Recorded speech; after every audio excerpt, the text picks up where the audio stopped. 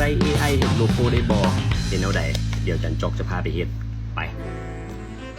AI มันก็เป็นเครื่องมือหนึ่งเนาะที่มาช่วยเฮาในการออกแบบมันก็บ่ผิดจรรยาบรรณหรอกทุกคนแต่ว่าเฮาก็ต้องใส่ให้ถึงวิธี